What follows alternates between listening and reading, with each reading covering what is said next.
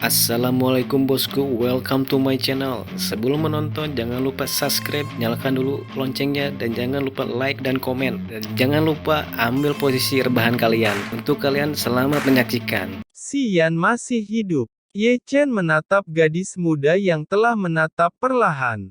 Ini, bagaimana ini mungkin? Ye Chen tiba-tiba merasa sedikit pusing.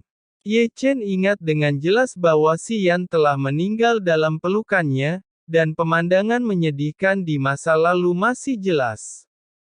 Ye Chen tidak bisa mempercayai matanya.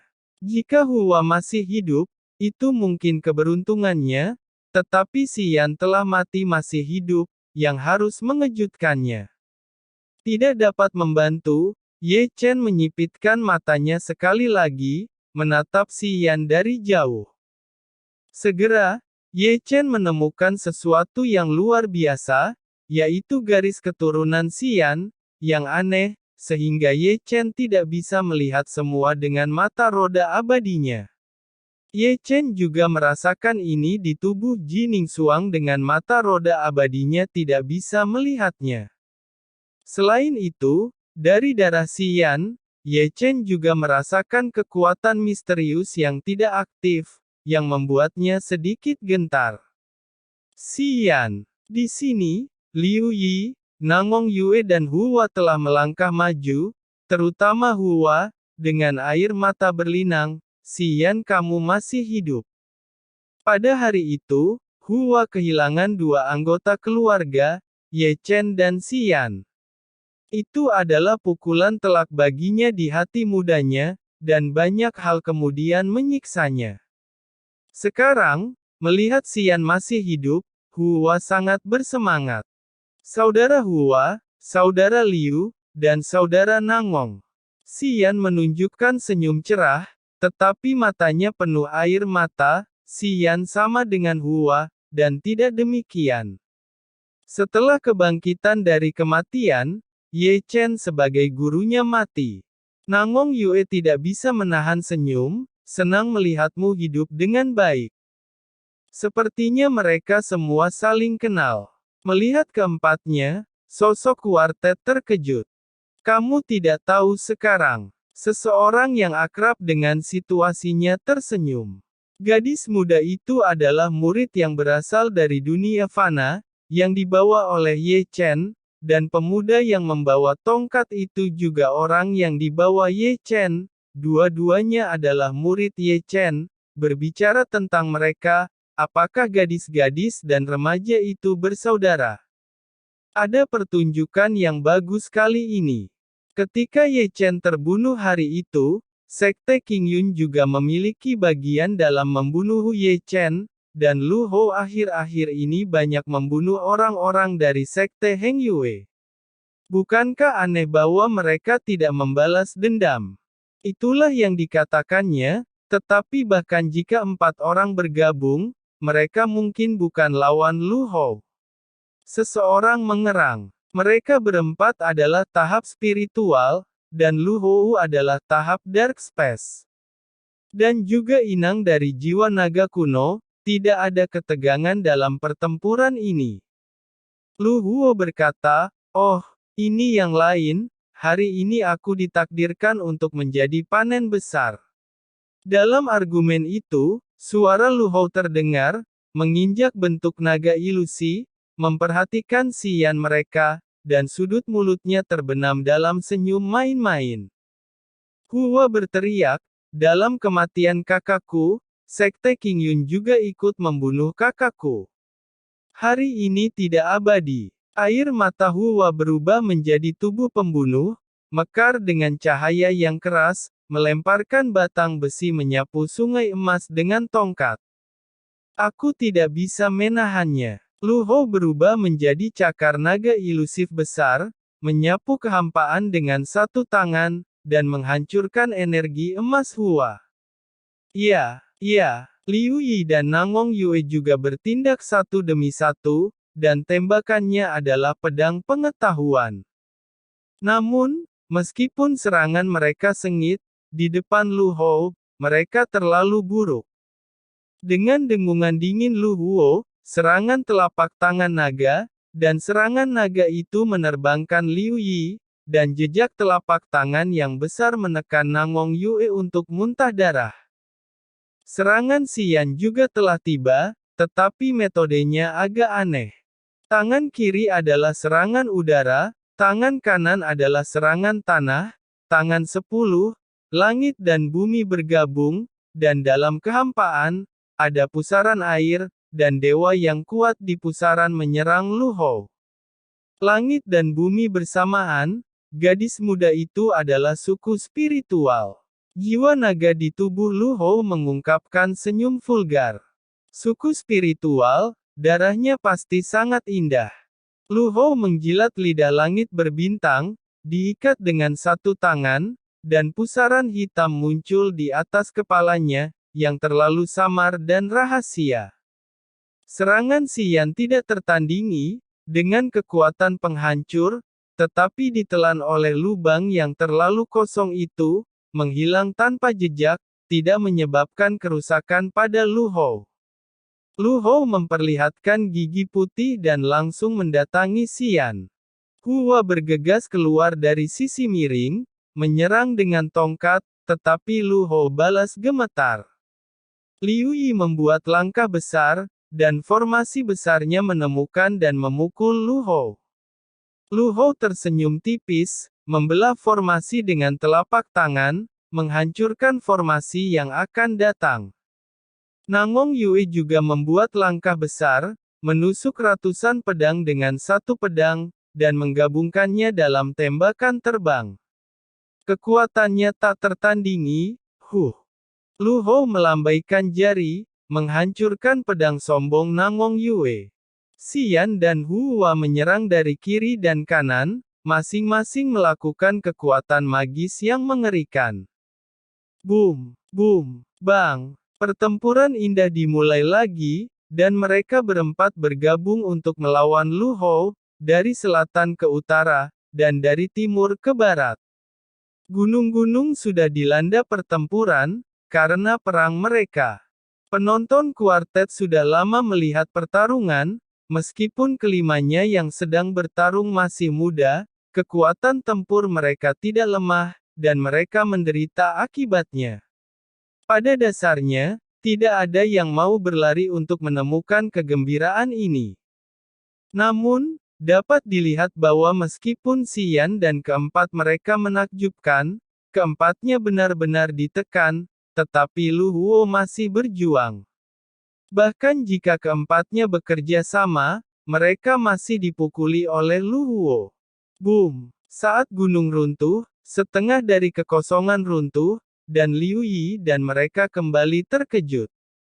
Lu Hou menunjukkan gigi putihnya, tersenyum sedikit, dan mengarahkan jarinya ke arah Xian. Xian! Melihat ini, Hua tiba-tiba menghentikan tubuhnya dan melemparkan batang besi untuk melindungi Xian, tetapi jaraknya terlalu jauh, dan dengan kecepatannya, jelas tidak mungkin untuk mengejar. Liu Yi dan Nangong Yue juga bergegas melindungi Xian. Tentu saja, ketika semua orang berpikir bahwa Xian akan mati oleh serangan Lu Hou, ruang di sekitar tubuh Xian sedikit dipelintir, dan tangan emas menonjol keluar, menghancurkan serangan Lu Hou. Ya, adegan ini mengejutkan penonton kuartet untuk beberapa saat. Apakah ada yang membantu? Siapa orang itu? Dengan suara aneh, Ye Chen, yang ditutupi jubah hitam, berjalan perlahan, menghalangi di depan Xian. Dalam sorotan, darah emas Ye Chen naik seperti api, dan jubah hitamnya meleleh dengan kecepatan yang terlihat dengan mata telanjang, memperlihatkan rambut panjang gelap seperti air terjun dan memperlihatkan yang tak tahu malu topeng hantu yang mengerikan dan kebencian berdarah di dahi kanan. Qin Yu. Itu Qin Yu. Segera, para penonton melihatnya. Qin Yu si pembunuh dewa ada di sini. Ada pertunjukan bagus, ada pertunjukan untuk ditonton. Mata semua orang berkedip dengan cahaya. Lu Huo inang jiwa naga kuno dengan kecocokan 50%, dan Qin Yu si pembunuh dewa. Pertempuran ini ditakdirkan untuk menjadi seru. Dalam diskusi, Hua, Liu Yi dan Nanggong Yue datang ke Xian, dan kemudian mereka masih menatap Ye Chen dengan cemberut. Qin Yu sang pembunuh dewa. Nanggong Yue bergumam, sangat kuat. Qin Yu benar-benar di selatan. Mata mengerikan Liu Yi merasakan tekanan yang sangat kuat dari Ye Chen. Kakak laki-laki ini sangat kuat. Hua menatap Ye Chen dengan rasa ingin tahu. Xian terkejut dan berkata, tubuh suci kaisar kuno, tekanan pada garis keturunannya seperti gunung. Mata Xian beriak, dan juga dengan penasaran menatap Ye Chen memilih tubuh suci kaisar kuno. Saat keempatnya bergumam, suara Lu Hou terdengar, dan suara drama lucu masih penuh kegembiraan, dan matanya menatap Ye Chen, seperti binatang buas. Menatap mangsanya, akhirnya, orang yang bisa bertarung, sepertinya aku ditakdirkan untuk panen raya hari ini. Ye Chen mengabaikan Lu Huo itu secara langsung, tetapi tersenyum ke samping pada Liu Yi, turun dan istirahat. Lah aku akan melawannya. Saudaraku, kami dapat membantumu. Hua berkata dengan ramah. Ye Chen tersenyum kalian istirahatlah. Ye Chen menginjak lautan emas, melayang di langit berbintang, meledak dari tubuh emasnya, tubuhnya seperti pengecoran emas, dan itu sangat mempesona. Darahmu adalah milikku. Lu Hou menjilat lidah merah, dan tidak mundur, mendorong keluar bayangan naga besar dengan satu telapak tangan. Aku khawatir kamu tidak akan bisa menelannya. Ye Chen mencibir, sangat kuat, meninju ke segala arah, dan meledakkan bayangan naga besar. Tiba-tiba, erangan naga perkasa terdengar ke segala arah, dan 8 bayangan naga besar turun dari langit, meraung ke arah Ye Chen. 8 naga. Ye Chen mencibir lagi. Ye Chen sudah mempelajari teknik rahasia ini ketika Ye Chen bertarung dengan Yin Ziping. Tidak apa-apa bagi kultivator biasa melakukan serangan itu, tetapi bagi Ye Chen, serangan seperti itu, baginya, tidak ada bedanya dengan tidak sama sekali. Segera, Ye Chen melangkah maju tiba-tiba, mengeluarkan tombak perang kaisar penyihir, menembus bayangan naga yang muncul di wajah, dan kemudian berbalik, dan tombak memecahkan bayangan naga kedua. Dengan jentikan, tombak perang Ye Chen tiba-tiba menjadi besar, dan 6 bayangan naga yang mengelilinginya dihancurkan olehnya di tempat. Ya, serangan Lu Hou datang lagi. Dia terlalu imajiner, tak tertandingi, dan menembus ruang sepanjang jalan, sehingga kekosongan terdistorsi. Ye Chen tidak berkedip, tidak bersembunyi, dan melangkah maju. Dengan serangan jari, menghancurkan Lu Hou. Aku benar-benar membencimu. Lu Huo tersenyum dan menjilat lidahnya lagi. Keserakahan di matanya lebih baik, dan tawa itu lebih bersemangat. Tampaknya semakin kuat Ye Chen, semakin bahagia dia. Jangan meremehkanku, konsekuensinya tidak begitu baik.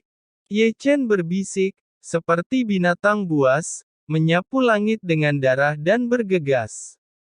Boom, boom, bang. Pertempuran segera meningkat, dan puncak yang rusak runtuh satu demi satu, dan seluruh kekosongan ditutupi oleh misteri cemerlang mereka berdua.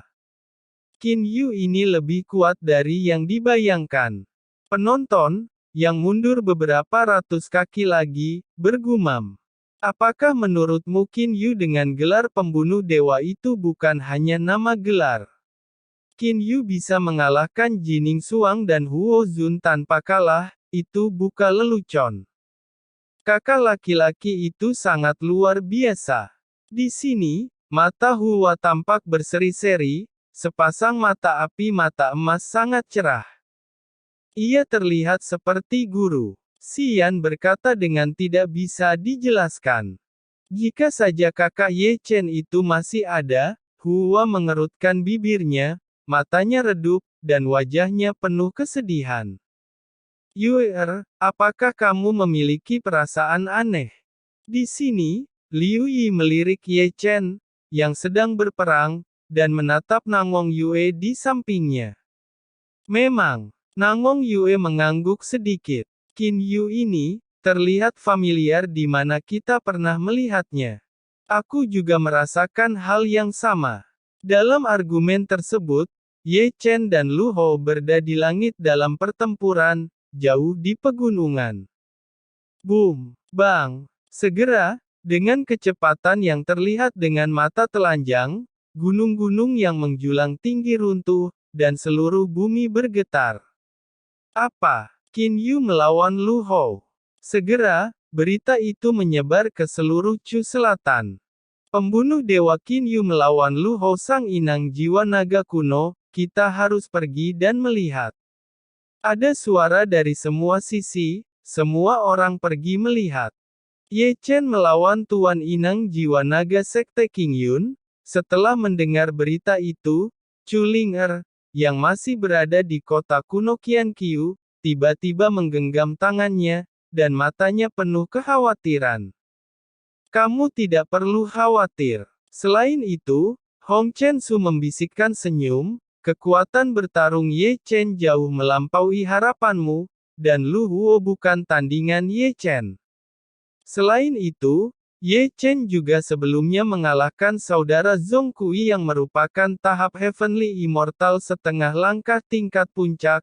Ye Chen tidak punya alasan untuk kalah. Meskipun demikian, Chu Ling masih khawatir.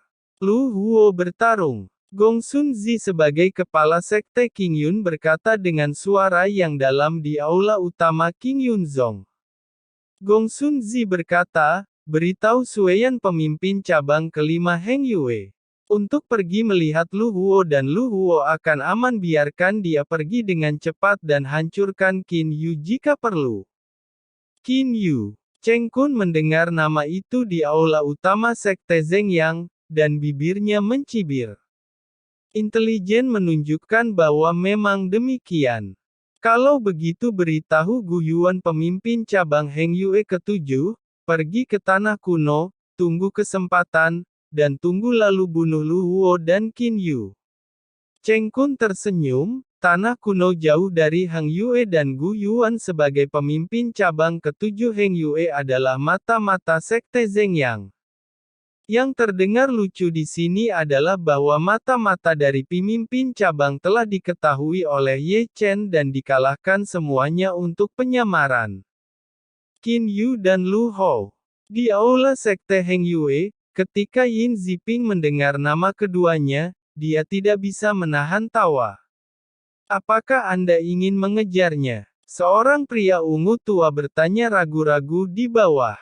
Apakah perlu bagiku untuk menyerang?